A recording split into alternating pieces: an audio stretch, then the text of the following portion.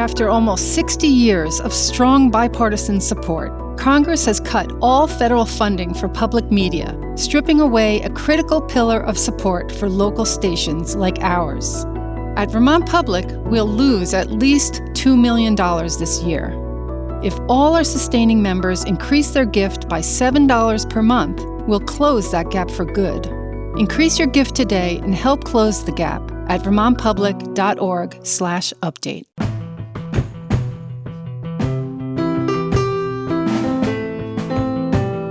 From Vermont Public, this is The Frequency. I'm Mitch Wertlieb. It's Monday, August 25th, and here are today's headlines. About a dozen people showed up early last Friday morning to show their support for the employees of Brattleboro Memorial Hospital. Like most Vermont hospitals, Brattleboro Memorial has been losing money and is considering a number of cost-saving measures.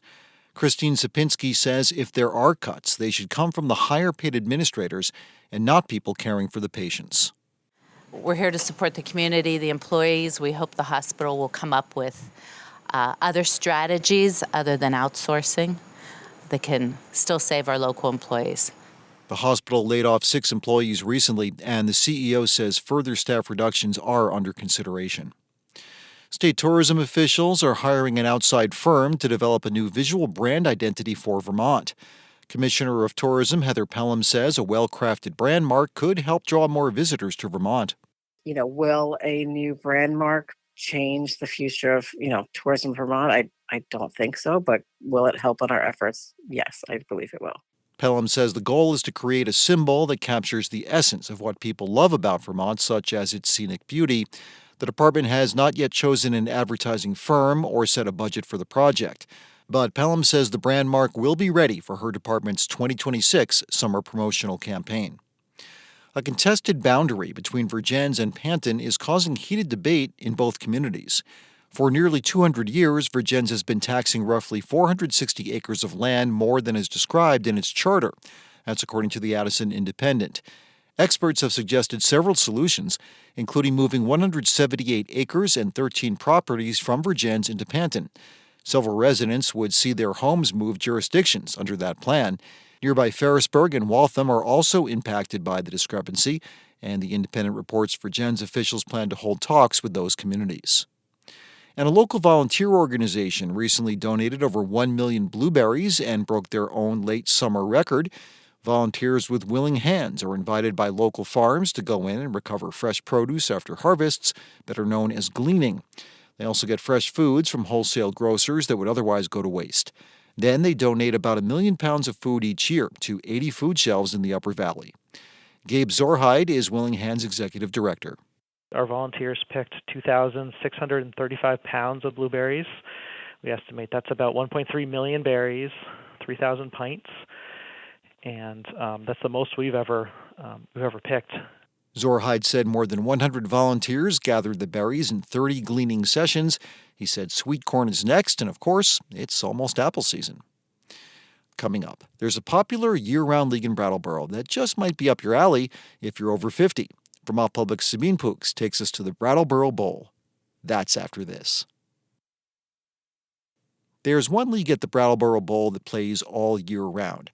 It's a senior league, though the word senior is a generous term. You just have to be over 50 to play.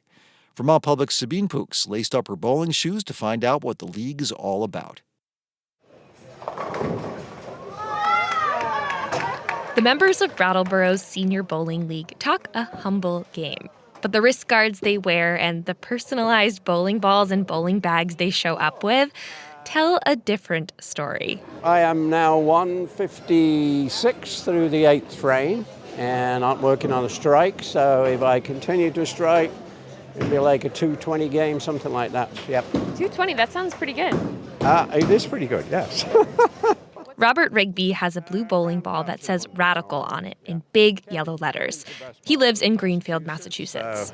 I come north of the border every time to bowl, and I am a young 77. Rigby has been playing here for 7 or 8 years. He's president of the weekly league. The first rule of this league is you're here to socialize and have fun. Bowling is the excuse and the reason you're here, so yeah. If it is really an excuse to get together, It's one members have embraced wholeheartedly. I bowl Monday nights, Wednesday nights, and Thursday mornings. Nancy Delzel is 79 and lives in Westminster. She's the league secretary, which means she writes the weekly roundup for the local paper. And this Thursday, she's on an all-women's team called the Four Queens. We're just out to have fun. This is not a sanctioned league, so it's not a lot of pressure. The only pressure there is the pressure we put on ourselves. Do you put a lot of pressure on yourself? Always. I always want to do better. It takes all kinds. No, I bowl terribly and I enjoy it.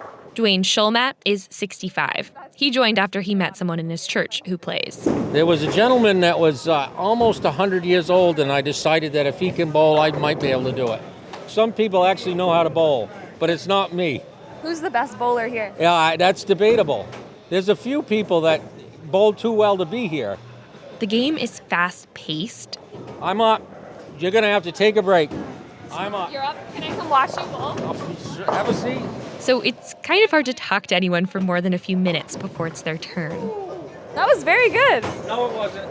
Still, there's some downtime built in, just enough that players are actually waging a concurrent poker game at a table right behind the lanes. And when they're not throwing balls or picking up cards, they're catching up. Yeah, we generally talk about what we did when we were younger, and of course, we talk about that a lot. League Secretary Nancy Delzel again.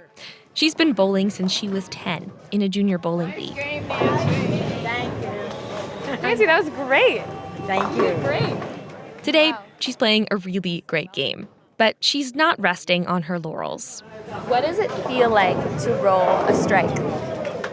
It feels like you've done what you were supposed to do, and then you have to think, oh, but I have to remember how I threw that ball so I can do it again. Because, she says, consistency is the name of the game. For Vermont Public, I'm Sabine Pooks.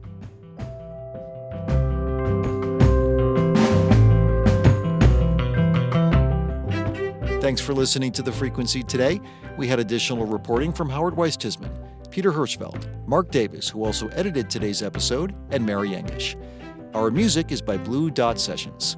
I'm Mitch Wertlieb. I'm off the rest of this week, but my colleague Mary Engish will be your host for The Frequency, and I'll talk to you again soon.